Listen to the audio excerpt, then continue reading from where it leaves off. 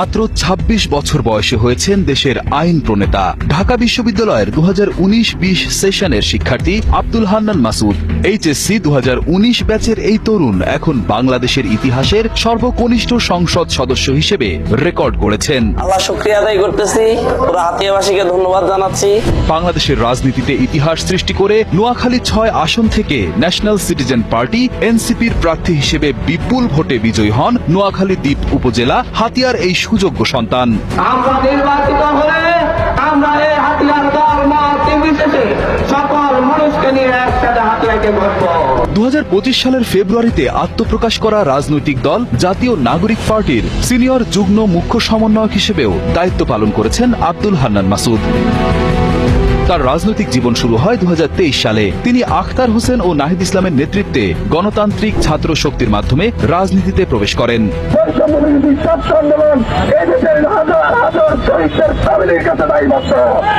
২০২৪ সালের জুলাই গণ অভ্যুত্থানে শিক্ষার্থীদের নেতৃত্ব দিয়ে অসম সাহসিকতার পরিচয় দিয়েছিলেন এই তরুণ। রাজপথে পুলিশের গুলিতে হয়েছেন রক্তাক্ত। অন্যায়ের বিরুদ্ধে তার বলিষ্ঠ কণ্ঠস্বর এবং নানা হুমকি উপেক্ষা করে অনলাইনে এবং রাজপথে আন্দোলন সমন্বয় করার দক্ষতা তাকে তরুণ প্রজন্মের কাছে জনপ্রিয় করে তোলে। তার এই বিশাল জয় সাধারণ মানুষ, বিশেষ করে তরুণ সমাজের কাছে তার গ্রহণযোগ্যতার একটি অকাট্য প্রমাণ। মাত্র ২৬